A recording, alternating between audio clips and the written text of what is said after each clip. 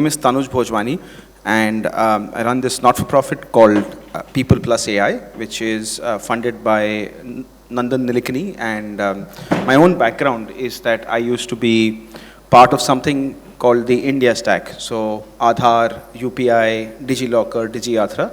These have been a recent wave of innovation. Just one second. Thank you. It's been a recent wave of innovation where in India, we've come up with some really interesting, what I like to call public interest technologies, which means these technologies are helpful every day in our day-to-day lives. If you've taken a flight, use DigiYatra, your documents in DigiLocker, payments in UPI, these have come from a certain philosophy of building tech, where we realize that more and more our world is going to be digital. In this digital, just like you have roads on the outside and parks and waterways and plumbing that brings water to your house, there is infrastructure. There are key pieces which move data around, give you applications. And the question becomes then who owns and who operates this infrastructure? And India, very wisely, starting in 2009 with Aadhaar and then UPI 2016 and then a lot more initiatives lately, decided that, hey, this infrastructure should be public interest. It should be built in a way that you and I have more control and sovereignty over our data, over what happens to us, how we operate, and not in the hand of some companies outside. And People Plus AI essentially was on a mission to figure out what the same means for AI. It started up about 2 years ago, and I'm just going to walk you through a few slides of why we do what we do. But mostly since this is a conference of young students and I was sitting in the back, I want to talk about what it means for you, right? I want to talk about all of these big ideas are great, but all of that finally, as you're starting your careers at the cusp of, entering the workforce, the question becomes, what does it all mean for me? So I'm hoping that we can spend some time on that near the end. That I'll begin. What usually happens with technology, and especially happening right now with AI, is that there is a certain diffusion of these technologies that is dictated by factors in the industry. So things like finance, there is already people who are using AI for a very long time. Obviously technology, Google, Meta, all these companies are using these technologies. And we end up in a world where really there's a future by default is a humanity shaped by technology. What I mean by that is something like this, that if you have to start a restaurant today, one of the best things you can call it is Thai food near me. Because that's how you search for restaurants, right? So that's an actual restaurant that somebody decided. What it ends up doing, if you don't pay attention to your infrastructure, digital infrastructure, is that you go to a beautiful place like that to take a picture of solitude. I have come to this beautiful and I'm alone and I'm connecting with nature. But there are exactly like 30, 40 people like you standing in a line. So that each of you can go take that picture, post it on your social media and pretend to be having solitude and alone. This is what a future, where our technology decides the fate of humanity looks like. But what about a future where technology is shaped by humanity, right? Not the other way around. Can we have that future, and if so, how? That's essentially the challenge in front of India right now. I know that this presentation is actually about a year old. It's 8-9 months old. But the content of this, the message of this, we've been saying for about more than a year and a half. And you may have seen this in the news already, where there's a big debate around, should India build foundation models? DeepSeek has come out and it's all over the news today. The markets in the US have crashed. NVIDIA, everybody thought was a golden stock, soaring, 17% down today, last I checked.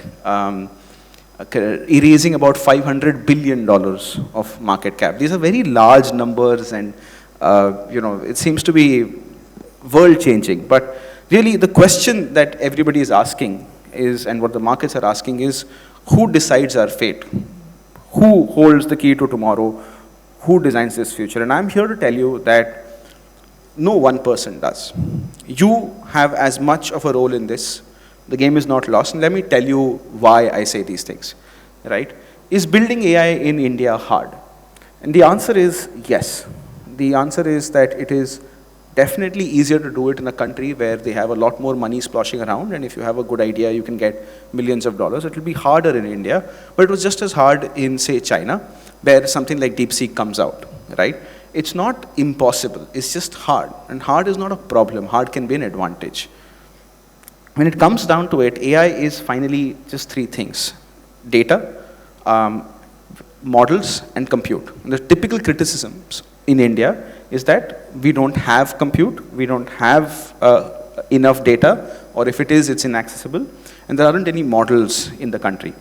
But the point is that India will be the AI use case capital of the world. And my argument for this is very, very simple, honestly. The argument for an Adbhut India, a twist on AI, right? Like, how do you make an incredible India with this technology? I think that's where all the value is. What you're seeing right now, what happened today, is a testament to the idea that, much like many of the core technologies in your computer, you probably don't know, the servers that you're using, what operating system is working on that, the drivers for your hardware, the chips, whose framework finally won. The internet protocol, there was a time when TCP/IP, the open protocol, versus a bunch of other networking protocols were in the same sort of competition for the future as we see with the models today. There were many, many closed alternatives to Cisco and others, all trying to say that, look, the internet, connecting all the computers in the world, will be the future of tomorrow, and here is our technology, and our networking stack is better than yours, etc. In the long run, right, TCP/IP, Linux as the OS for your servers, when it comes to RDBMS, is the most deployed DB database in the world today is SQLite 3, like billions of instances of SQLite 3. It's an open source thing maintained by 3 people, right? Literally 3 people who just make this database that is used billions of times over. In general, in technology, it tends to go towards open. And then where the value accrues is on top, is on the applications on top. If you think about it, the companies making the core internet, wires, cables, networking, switches, etc., have not created as much value as your Googles, Meta, Ubers, etc., of the internet world. And essentially, that's my point, that when it comes to the West, the way that they will use AI in an already functioning economy, a lot of services already there and sometimes even digital, they don't have the same needs for AI as we do. In India, a lot of people are going to experience the internet for the first time in an AI-first way. You and I can use WhatsApp, can Google, can get what we need out of the internet. A lot of people in India can't. They are either not able to access it because of language barriers, literacy barriers, etc., or not able to access it because somebody has to patiently sit and explain it to them. And nobody has the incentive to put that kind of time.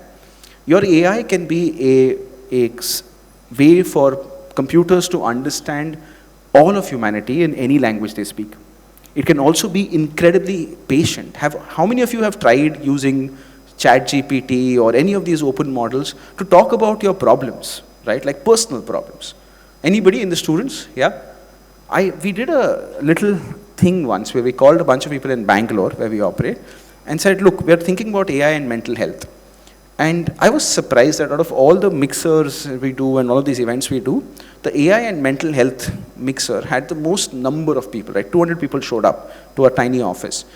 And so I asked everybody, why is that? Why are you here? Why do you think that a machine can help you with something that is so innately human and deeply personal? And they all had the same answer, that in a moment of either panic or anxiety or sadness, and they didn't know whom to turn to, they picked up their phone, and there was this chat box where they're used to typing everything and getting an answer. And they typed what they're going through, or what do I do right now? And invariably, each of them said that in that moment, I could not have imagined anybody else coming to my help sooner than that little machine on my thing. And I'm convinced that more people need to have access to this magic, right? And this is what I'm talking about. For a lot of us in India, right? Imagine the first time you did a Google search. Imagine the first time you did an Uber, right? It was magical. You pressed a few things on your screen, a car shows up. That experience, more people in India have not had than in anywhere in the West or developed countries, right? And I sincerely believe that that experience means a lot more to Indians and to people who have not experienced it than the people who already experienced some of this, and the incremental sort of magic of AI will be limited. India is ready for AI. We are booming. We have one of the few young populations in the world.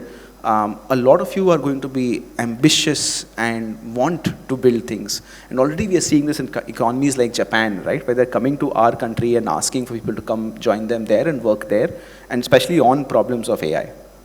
And finally, AI needs India, AI is expensive, and till today morning and the 17% crash, this was the narrative going around that AI is expensive. It continues to remain incredibly expensive because to get things right still needs you to do a lot of inferencing, even in the new DeepSeek paradigm. And hence selling ads won't cut it. I don't know if AI will be a transaction economy. ChatGPT, Gemini, these are some of the, so Google is some of the richest companies in the world. They have more spare cash lying around than the GDP of entire nations, right? Even they charge you $20 a month for access to AI because it's expensive, at least so far.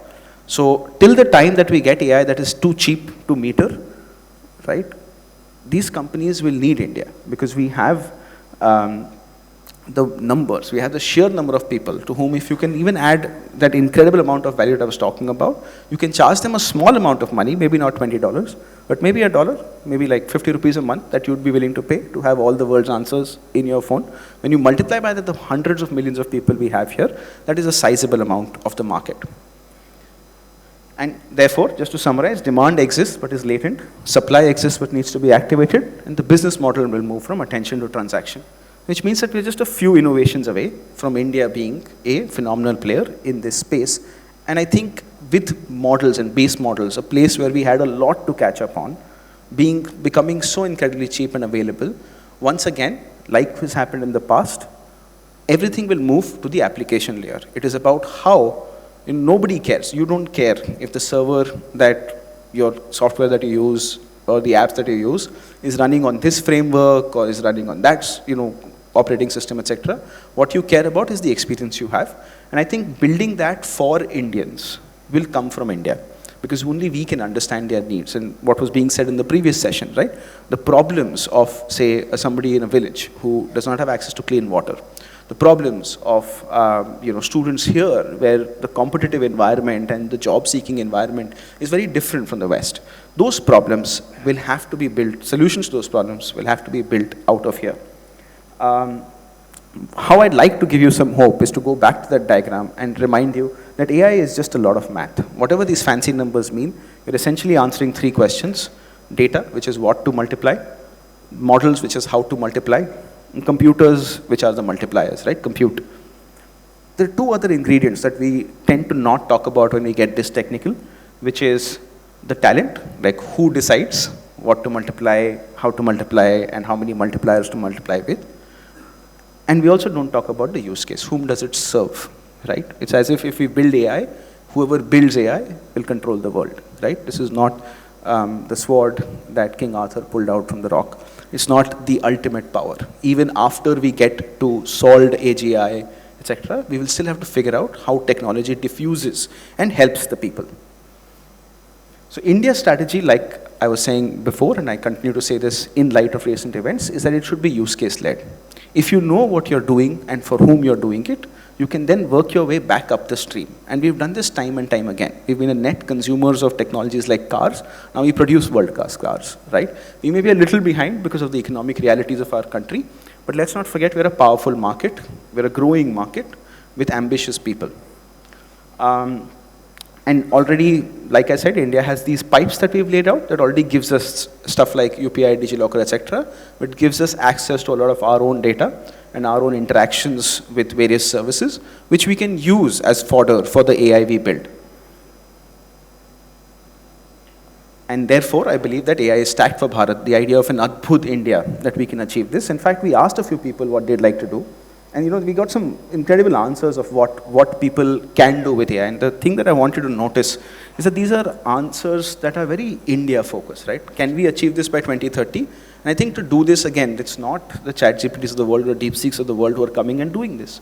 This is going to be built by, hopefully some of you in this room. Now, I am painting an optimistic picture, right? But I'm guessing that a lot of you will be thinking, what happens to jobs? Now, here is what I have seen myself doing this for the last 2 years. The grunt work of most jobs, and I'll take one specific job, which is coding, to make this a little more concrete. If you were coding both before AI and after this latest generation of AI, you have to appreciate that the efficiency boost or productivity boost, as you may call it, is incredible. For most basic cases, you don't need to write code anymore. You basically tell the computer to write code for you, and then you just fix it, right? You just sort of correct it and make sure it's working fine. I have seen people get incredible speed ups on softwares that they've been written for 10 years and have had some of the best minds working on it. Somebody just decided for fun to give it to AI and say, can you make it better? And they got like 2x speed up in just doing that. Even with this, I have not found, or what gives me hope is that I don't have panic that jobs will go away. All it means is that what you do in your job will change, right? If your job initially was to do a lot of grunt work, can come up with a code, and then there was some senior engineer who had been through that grunt work who now reviews. What I see is that the starting point of that job now becomes, a young engineer who's doing what a senior engineer would do right at the very start, right? Your ability, I would say that this is an incredible time for people in your age not to be worried. It's actually me and people older than me who are going to find it hard to adapt that should be very worried about our jobs. Because you don't have baggage, you don't have to unlearn the old way of doing things. People who start by learning to use these tools well will not fall into the traps that we currently find ourselves falling into, which we are not using AI when we should be using AI, making us slower than we would be, making us slower than the baseline, entry-level person in these jobs. Personally, I think if you throw yourself at AI, this generation, you have a lot going on for you. You can figure out how to do any job better than even the best in that field, because you will have a lot more iteration. You will learn to go through cycles a lot faster, get feedback faster, and learn what makes you good at your job a lot faster. I'll take questions on this even in the Q&A with Kavri. I just want to sort of put that picture out there. What does it mean for me? This is what I was trying to tell you. Just throw yourself at any problem right now. The world is going to reinvent. I can give you a longer conviction when I meet you outside, but every profession that I can think of is going to have to rethink what it means when a lot of the jobs that we did can be done by AI, companies, professions, etc. You have the chance to figure it out from scratch, like I said, because you don't have to unlearn. And I hope you'll make the most of it. Because the one thing I can tell you is that the time from an imagination to an implementation of any idea in the world has been shortened dramatically. And I hope you'll make the best of it. Thank you.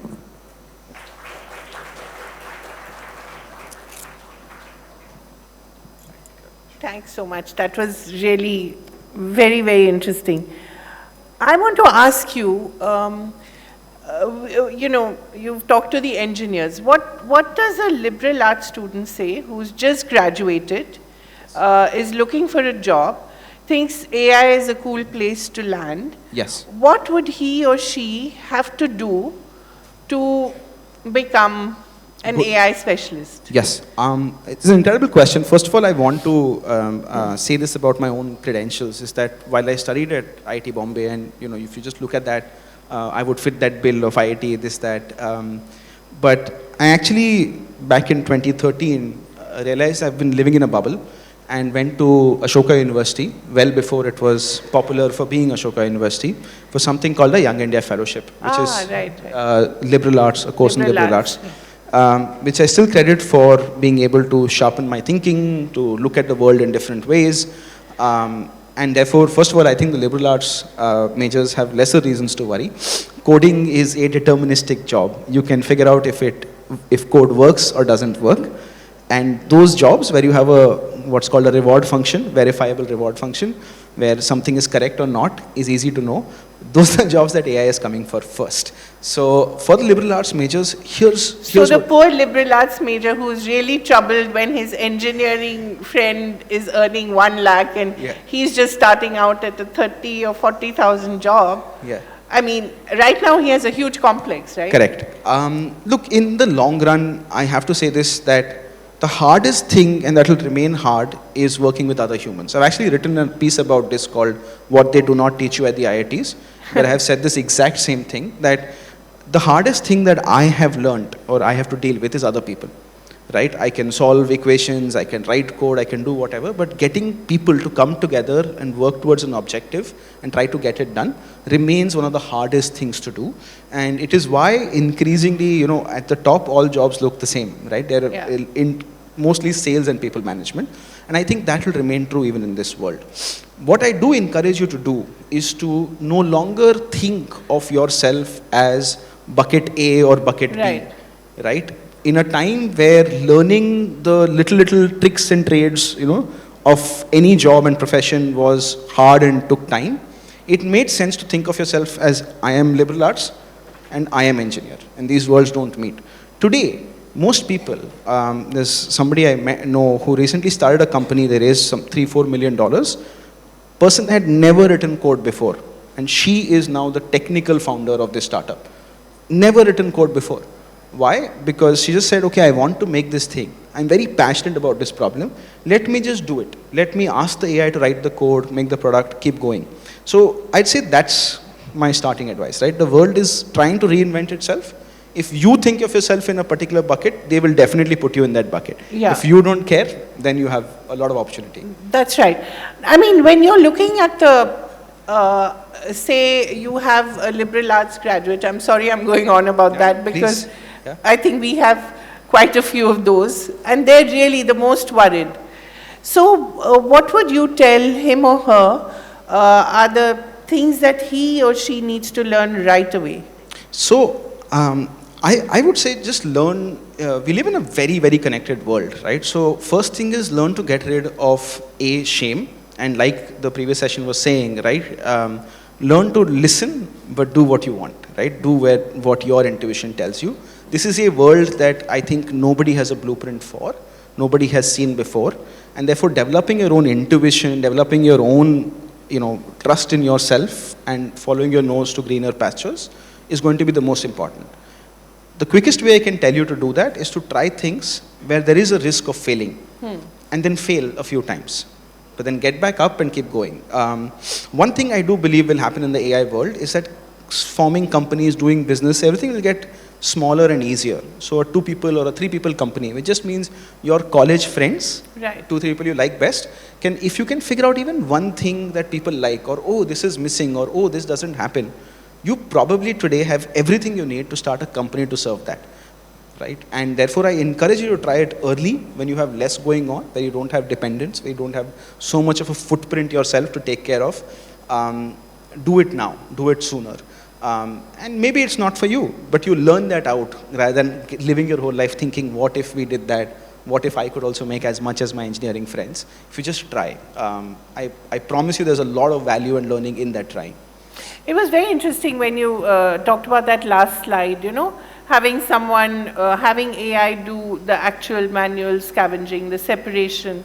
I mean, there's so many issues out there which AI can do, and then we are freed to do what? So those problems, I mean, you've looked at fintech in India as well. Yes. What would you say if you were telling somebody, what are the top 5 problems that they could look at right away and look for solutions? So I think the ultimate truth of nation's economy, if you read this sort of history, long, it's called big history, right? And like you all know, Harari is one of those writers, etc.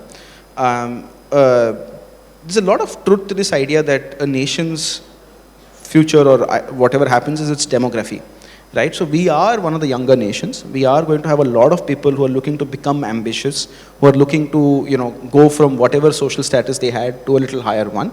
And I think around those ideas, there's a lot of stuff to be solved for India, because today there is a penalty to being poor.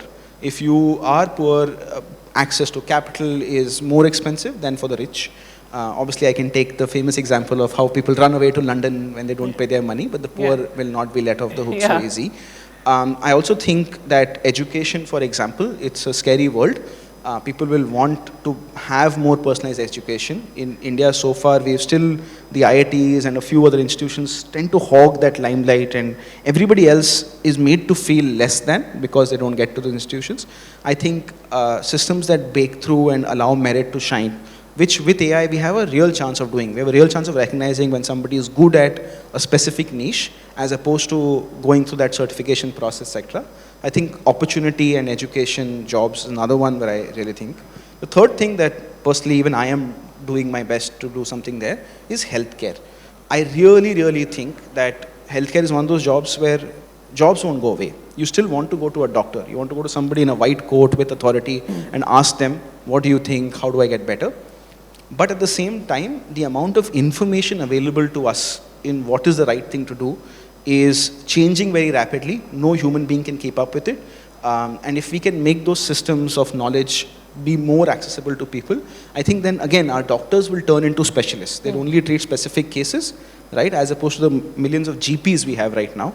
My mom's a dentist, so I really think about this a lot, that she also says that, look, it's very hard to keep up, right? So you go to somebody you trust because you believe they have their best interest at heart, and they do, but they may not still know the best knowledge, right, to treat you well.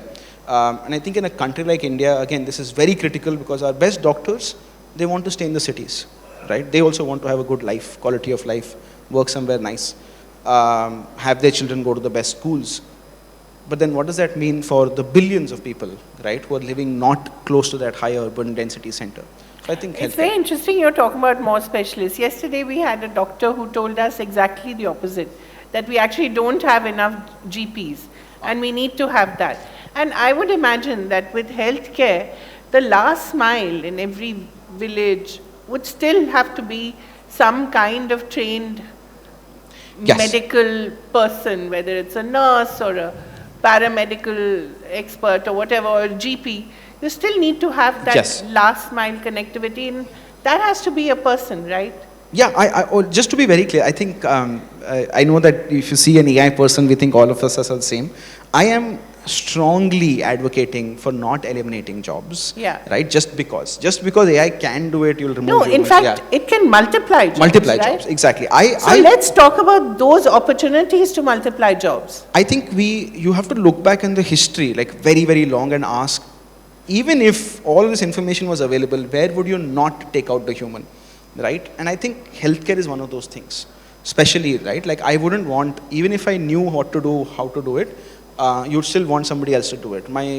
Being in a doctor family, I can tell you that doctors are also humans, right? It's not like if I know something, I'll just inject myself or do something. You go to another doctor for treatment because your emotions get in the way. Even these fields that feel strangely technical and suit and everybody is professional, there's a lot of human things that happen, right? You don't, no surgeon will operate on their own relative. Right? It's just not going to happen. Why?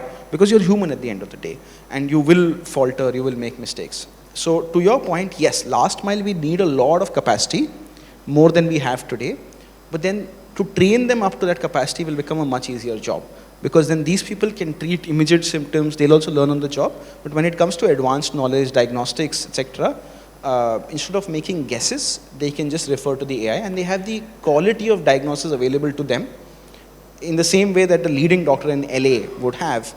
How do we disperse it? How do we take it to the last mile? How do we take it to everybody? Still a very operational heavy logistics problem that India has to learn to solve. And if one of you has an idea on how to do it and how to do it well, I think there's again lots of money, lots of jobs in that area. Just the last question. What does it do to the nature of jobs as well? Do we become a nation of gig workers? Do we have more Uber drivers, more Blinkit deliverers? And then of course you're dealing with lack of regulation, no proper working hours. It's a whole different ball game. But that kind of connectivity which you still need. I mean, you can hail an Uber, but you still need somebody to drive it. Correct. So what do you do with that nation of gig workers then? See, I think you've put your hand on something that, your finger on something that is really, really problematic, which is how much control do you cede to somebody just because they make the technology, right? And they've deployed the technology scale. So Uber used to get the rights, and therefore I might be an independent driver, but that independent driver was just a ruse for Uber to have a certain tax advantages and not have to pay, like you're saying, gig workers, etc. And somebody, an Indian company, saw through that, called Namma Yatri in Bangalore. They started up. It's an offshoot of this another Indian payment company, JustPay. And they went to the auto drivers, they started auto drivers in Bangalore and said, listen, why are you paying commissions? You don't want to pay commissions. We also think you should not pay commissions. We are going to charge you 35 rupees a day total. That's it. And if you take a monthly pack, 750 rupees for the month, so 25 rupees a day. We will just give you those rights. We'll just give you the right, no commission. We won't even come in the middle. You take money from the customer directly. Namma Yatri and then Rapido, which adopted this model, today do more rides than Uber and Ola combined. Because as soon as you offer a better option in which you are not giving people the ability to be a gig worker, those win. And I think this is, the reality of business, that even if an American company comes, creates the market here, if there's an Indian competitor hungry enough, and especially with the price of technology going down, I think we will see a world where we have a lot more specialists and independent people who are choosing to take their talent where they are given the best value for it. I don't think we'll end up becoming a country of low-level gig workers. I sincerely think, because aspiration is so high, right? It doesn't matter what social class you're from. You know when you're being looted, right? You can see it. And you will not opt for it. I think the opportunity lies in creating dignified services, dignified options for these people. And I appreciate certain companies like Urban Company which do this. And they stand up for their gig workers, especially when there are problems, especially like they do stuff like massages, right? A lot of social stigma, and people treat them very badly. But Urban Company stands up for them. And I think that helps them retain a lot. They train a lot. So a lot of stuff we're talking about, skilling, upskilling, like when you get somebody from Urban Company, they are highly professional. And they have a better shot at earning than others. Urban Company is one of the few places. In Uber, your driver will say, sir, let's turn off the app, transact directly. Urban Company, they don't do that. They want to do the opposite. They like the company. They're like, no, sir. You please give me rating there, pay me there, etc. So I think that's the answer. If we give them dignified options, I think people will, they will Lovely. You make us feel much better about AI now. Thank you very much. And I think a huge round of applause. He's addressed so many of our problems currently, and we wish you all the best.